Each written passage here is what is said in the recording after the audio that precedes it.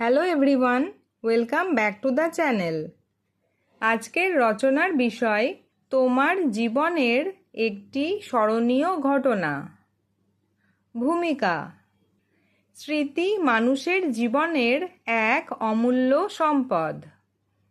মানুষের জীবনের প্রতিটি দিন সমানভাবে অতিবাহিত হয় না। কিছু দিন হারিয়ে যায় কালের গর্ভে, আর কিছু দিন সোনার অক্ষরে লেখা থাকে মনের মণিকোঠায়। আমার জীবনেও এমন একটি দিন আছে যা আজও আমার স্মৃতির পাতায় অম্লান হয়ে আছে এবং যা আমি কখনো ভুলব না। ঘটনার প্রেক্ষাপট: ঘটনাটি ঘটেছিল আজ থেকে প্রায় 2 বছর আগে, যখন আমি আমার পরিবারের সাথে শীতকালীন ছুটিতে পাহাড়ে ঘুরতে গিয়েছিলাম। উত্তরবঙ্গের শান্ত ও স্নিগ্ধ একটি পাহাড়ি গ্রাম লেপচা জগৎ ছিল আমাদের গন্তব্য।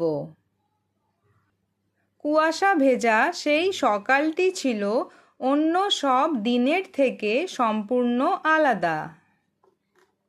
স্মরণীয় সেই মুহূর্ত: ভোরবেলা যখন আমরা কাঞ্চনজঙ্ঘার সূর্যোদয় দেখার জন্য টাইগার হিলে পৌঁছালাম, তখন চারপাশ ছিল ঘুটঘুটে অন্ধকার।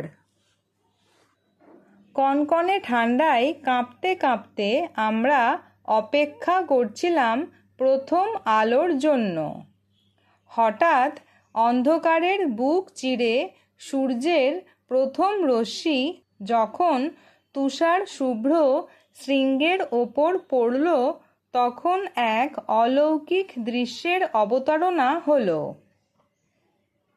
পাহাড়ের চূড়া যেন মুহূর্তের মধ্যে খাঁটি সোনায় পরিণত হলো। ঘটনার বর্ণনা ও অভিজ্ঞতা: সেই অভূতপূর্ব সৌন্দর্য দেখে আমি বাক্যহারা হয়ে গিয়েছিলাম। প্রকৃতির এমন রূপ যে এত সুন্দর হতে পারে তা আগে কখনো কল্পনা করিনি। সেখানে থাকা শত শত মানুষের সমবেত বিস্ময়ধ্বনি আর ক্যামেরার ফ্ল্যাশের মাঝেও আমি এক অদ্ভুত নীরবতা অনুভব করছিলাম। মনে হচ্ছিল সময় যেন থমকে গেছে। মানসিক অনুভূতি: সেই মুহূর্তে মনের মধ্যে যে প্রশান্তি আর আনন্দের সঞ্চার হয়েছিল তা ভাষায় প্রকাশ করা অসম্ভব। শহুরে জীবনের যান্ত্রিকতা থেকে দূরে প্রকৃতির এই বিশালতার সামনে দাঁড়িয়ে নিজেকে খুব ছোট কিন্তু পরম সুখী মনে হচ্ছিল। সেই আনন্দ ছিল নির্মল এবং চিরস্থায়ী, যা আজও আমাকে শিহরিত করে।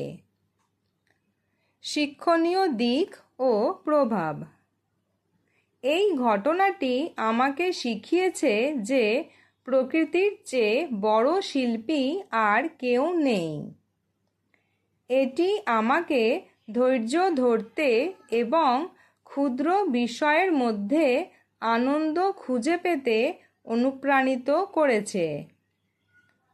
কঠিন সময়ে যখন আমি বিষণ্ণ থাকি, তখন সেই পাহাড়ের শান্ত রূপের কথা মনে পড়লে আমার মন ভালো হয়ে যায়। উপসংহার: জীবনের প্রতিটি স্মরণীয় ঘটনাই আমাদের জীবনের চলার পথে অনুপ্রেরণা যোগায়।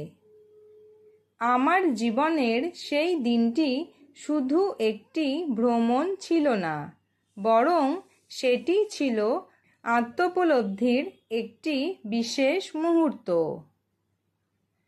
সেই স্মৃতি আজীবন আমার হৃদয়ে এক পশলা টাটকা বাতাসের মতো সজীব হয়ে থাকবে।